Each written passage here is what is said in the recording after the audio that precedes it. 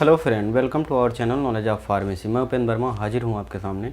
Pharmaceutical chemistry second का एक topic vitamins के बारे में आपने और इंटर या फिर फर्स्ट ईयर में पढ़ा होगा। ठीक, विटामिन जो होते हैं ये हमारे लिए बहुत ही इम्पॉर्टेंट होते हैं।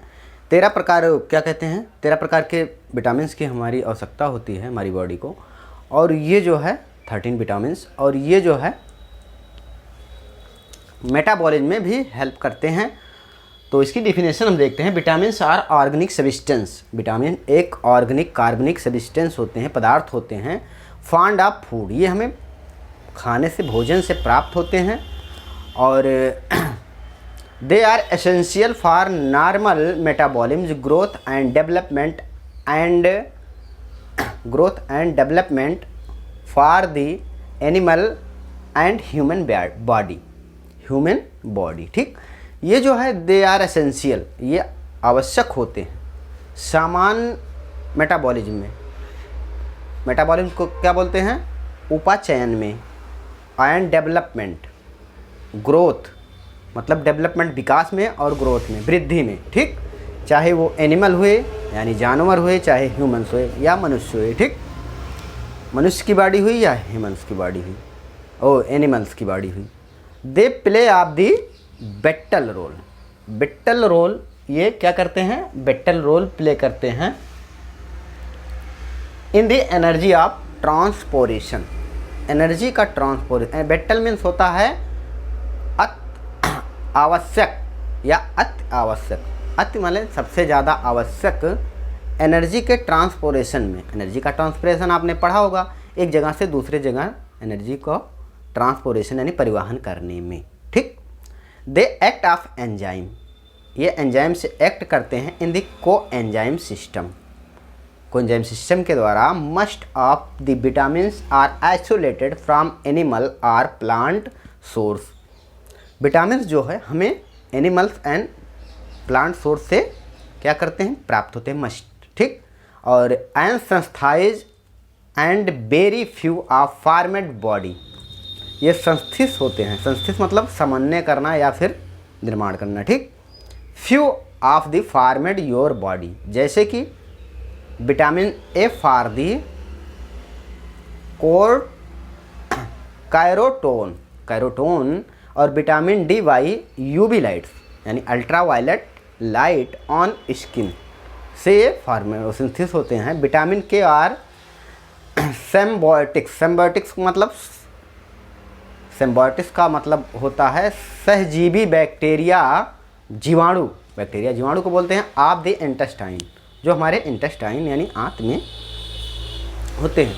Vitamins are rapidly destroy, vitamins बहुत जल्दी डिस्ट्रॉय हो जाते हैं यानी ख़राब हो जाते हैं बाई ऑक्सीडेशन, यानी नमी के संपर्क में। ऑक्सीडेशन अगर हो गया विटामिन्स में तो ख़राब हो जाते हैं। हीट यानी गर्मी में ख़राब हो जाते हैं, लाइट में ख़राब हो जाते हैं। एंड एजिंग मतलब एजिंग किसको बोलते हैं? बुढ़ापे में।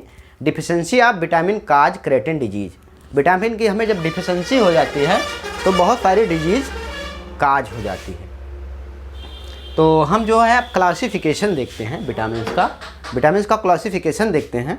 डिफिशेंसी से जो डिजीज़ काज होती है, अब इसका क्लासिफिकेशन देखते हैं। ठीक, तो इसका क्लासिफिकेशन इस आधार पर किया गया है कि वाटर घुलनशीलता के आधार पर इसका जो है क्लासिफिकेशन किया गया है।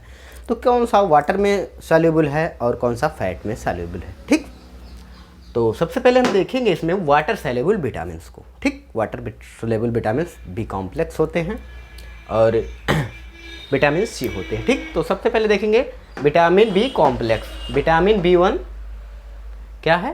थायोमीन जिसे हम बोलते हैं। विटामिन बी2 राइबोफ्लाविन, और विटामिन बी3 निकोटिनिक एसिड, और विटामिन बी6 पायरिडॉक्सिन, विटामिन बी6 पायरिडॉक्सिन, विटामिन बी12 साइनोकोबालामाइन, और फोलिक एसिड, और विटामिन सी एस्कर्बिक एसिड।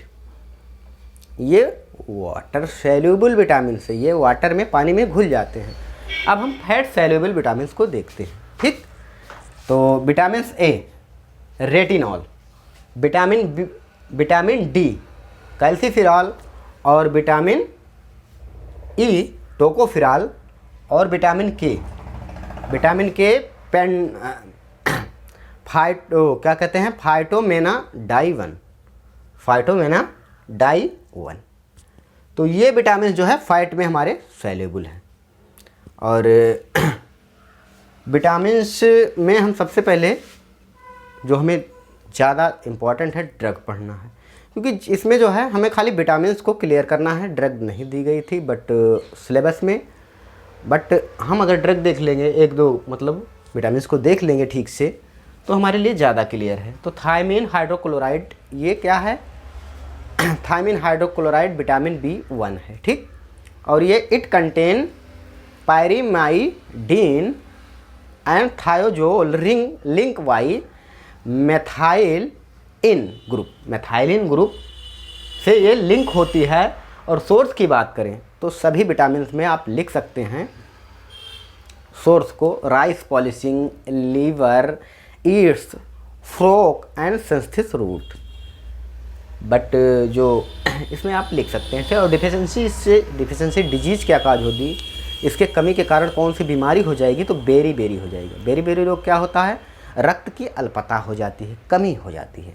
और इसका ब्रांड नेम बेरिन है। बेरिन इसका ब्रांड नेम है। केमिकल नेम की बात करें तो 3-4 अमीनो 2 मेथाइल (1) पायरीमाइडीन 5 (1) 5 फिर (2) हाइड्रोक्सी इथाइल (1) 4 मेथाइल थायोजोलियम क्लोराइड।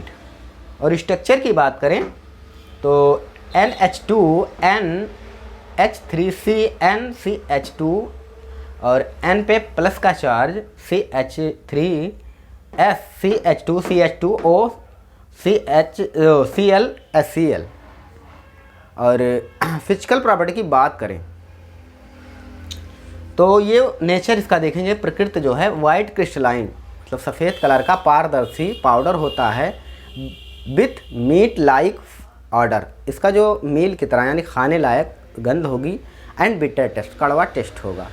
और सॉल्युबिलिटी की बात करें तो सॉल्युबल इन वाटर में ये सॉल्युबल है। हमने पहले बताया है कि वाटर में घुलनशील है। और मेथाइल अल्कोहल में भी ये सॉल्युबल है एंड ग्लिसरीन में और इनसॉल्युबल इन एसीटोन। और मेल्टिंग पॉइंट की बात करें तो 248 डिग्री सेंटीग्रेड पे ये मेल्ट हो जाता है। और केमिकल प्रॉपर्टी हम देखेंगे। केमिकल प्रॉपर्टी को thiamine hydrochloride is oxidise in एल्काइन फास्फेट फेरिसाइनाइड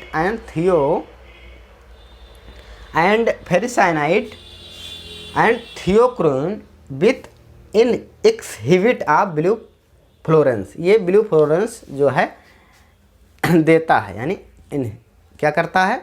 प्रदर्शित करता है। एक्सहिबिट यानी इसका प्रदर्शन जो होता है ब्लू कलर का लपक ये प्रदर्शित करता है। किसके साथ?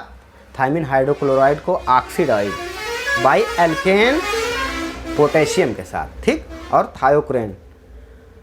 और दूसरा जो है reaction thiamine is a precipitate by सेलिकोनिक एसिड। ये क्या करेगा?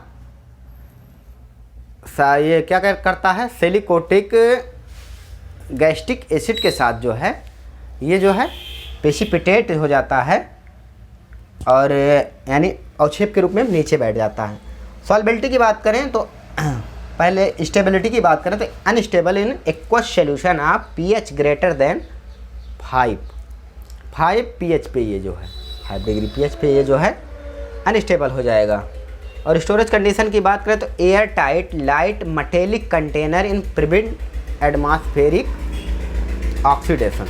यानी इसको हम धातु में नहीं क्या कहते हैं मटेलिक कंटेनर में नहीं रख सकते हैं।